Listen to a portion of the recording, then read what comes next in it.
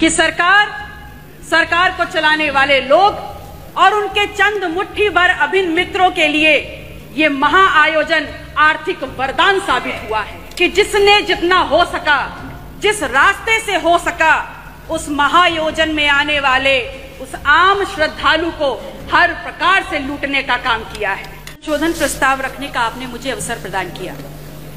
प्रयागराज महाकुंभ के इस पवित्र अवसर पर, इस पवित्र महाआयोजन के लिए विभिन्न स्रोतों से, विभिन्न रास्तों से सरकार को लगभग 7,500 करोड़ का निवेश प्राप्त हुआ। और इसलिए प्राप्त हुआ, इस सोच के साथ प्राप्त हुआ कि देश विदेश प्रदेश के हर कोने से आने वाले श्रद्धालुओं के लिए हर प्रकार की सुविधा और व्यवस्थाएं मुहैया कराई जा सके। लेकिन कहना गलत नहीं होगा कि सरकार को चलाने वाले लोग और उनके चंद मुट्ठी भर अभिन्न मित्रों के लिए ये महाआयोजन आर्थिक वरदान साबित हुआ है। इस कदर साबित हुआ है कि जिसने जितना हो सका, जिस रास्ते से हो सका, उस महाआयोजन में आने वाले उस आम श्रद्धालु को हर प्रकार से लूटने का काम किया है। मान्यवर, आज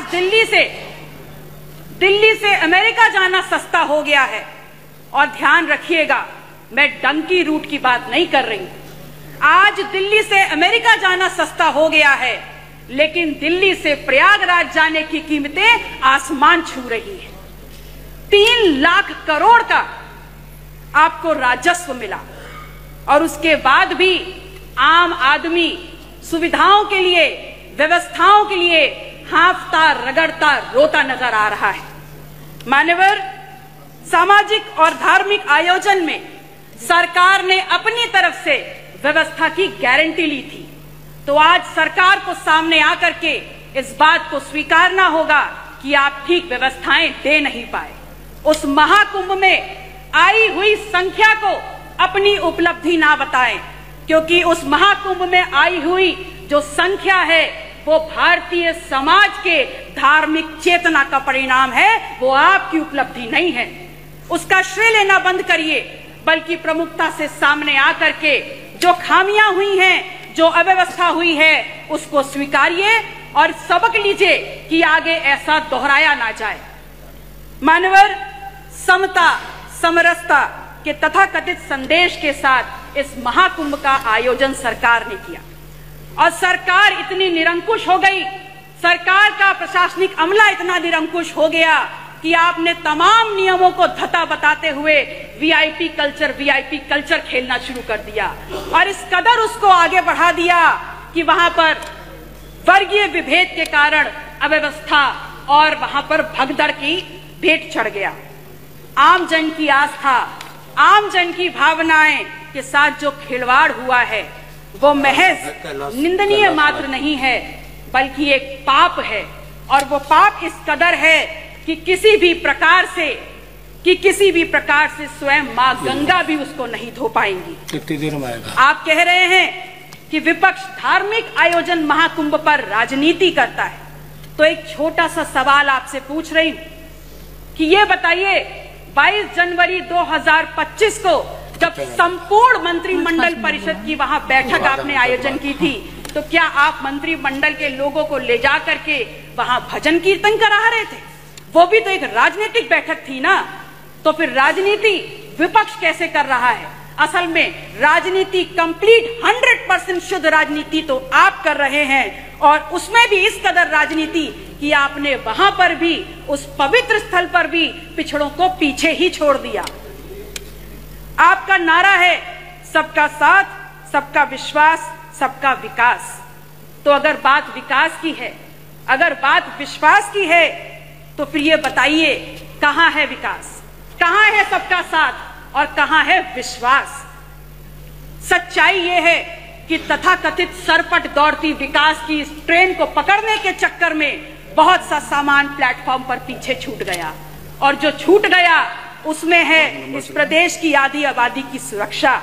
जो प्लेटफॉर्म पर छूट गया वो है नौजवानों की नौकरी का सपना, और जो पीछे छूट गया उसमें है शब्दों की मर्यादा और हमारा अदब। शायद इसीलिए उस दिन सदन में जब विपक्ष के द्वारा विधानसभा की कार्रवाई में उर्दू को सम्मिलित करने की बात की गई तो यहाँ पर अशोभनीय और असंसदीय भाषा का प्रयोग किया गया। तो एक सवाल सीधे सीधे माननीय अधिष्ठाता महोदय, आपके मार्फत आपका संरक्षण लेते हुए मैं नेता सदन से पूछती हूँ, is Urdu an imported language? क्या उर्दू निर्यात करी हुई जुबान है? और या फिर क्या ऐसा है कि जब मुगल घोड़े से भारत में आए तो अपने पीछे उर्दू को बैठा करके लाए? विधायक जी, 5 मिनट हो गया। धन्यवाद। माननीय अध्यक्ष जी, 1 मिनट और। माननीय अध्यक्ष जी, मैं सिर्फ इतना कहना चाहती हूँ कि महामहिम राज्यपाल ने हालांकि थोड़ा ही भाषण पढ़ा, पर मैंने देखा हर छोर पर भारत प्रथम स्तर पर है। बड़ी प्रसन्नता हुई और अगले ही पल ये भी समझ में आ गया कि माननीय राज्यपाल महोदय की क्या गलती है, वो तो बहुत दूर से आई हैं। असल में उनको जो झूठा सच्चा लिख के दे दिया गया उन्होंने पढ़ने का काम किया। अगर सच्चाई समझना चाहते हैं तो समझ लीजिए कि NCW के 2024 के आंकड़ों में उत्तर प्रदेश यदि फर्स्ट है तो महिला के ऊपर और अपराधों में फर्स्ट है। अगर फर्स्ट है तो बाल यौन शोषण के मामलों में फर्स्ट है। कल प्रदेश के मुखिया जब सदन में बात कर रहे थे तो कुंभ में हुई दुर्घटना पर षड्यंत्र की उन्होंने एक तरफ इशारा किया। उन्होंने बताया कि खिलाफ साजिश हो रही है उनकी सरकार के और उनके खिलाफ। तो ये सवाल सिर्फ उनका नहीं है, पूरे विधायक जी धन्यवाद। मैम 30 सेकेंड खत्म हो रहा है। लास्ट माथे पर कलंक लगा है। यह सिर्फ सरकार को बदनाम करने का शिकंजा नहीं है, अपितु ये समूचे उत्तर प्रदेश, पूरे सदन, चाहे पक्ष के लोग हो चाहे विपक्ष के लोग हो, ये पूरे उत्तर प्रदेश की गरिमा पर प्रहार है। कुंभ ना सरकार का आयोजन है ना भारतीय जनता पार्टी का आयोजन। ये कुंभ भारत की सांस्कृतिक विरासत है, भारतीय समाज के विभिन्न आध्यात्मिक विचारों का आयोजन है और उत्तर प्रदेश सदैव इस आयोजन की आने वाले श्रद्धालुओं की मेजबानी करता रहा है। और अंत में मैं सरकार से मांग करती हूँ कि जो लोग भी षड्यंत्र में शामिल हैं उनके नाम सामने लाए जाएं, उनको कठोरतम सजा दी जाए। माननीय अधिष्ठाता महोदय, समय की बाध्यता है, मैं आपसे निवेदन करूंगी कि अपने क्षेत्र सिराथू से संबंधित जितने भी प्रस्ताव हैं मैं टेबल कर रही हूँ, कृपया उनको मेरे वक्तव्य के साथ जोड़ने का कष्ट करें। नमो बुद्धाय, जय संविधान।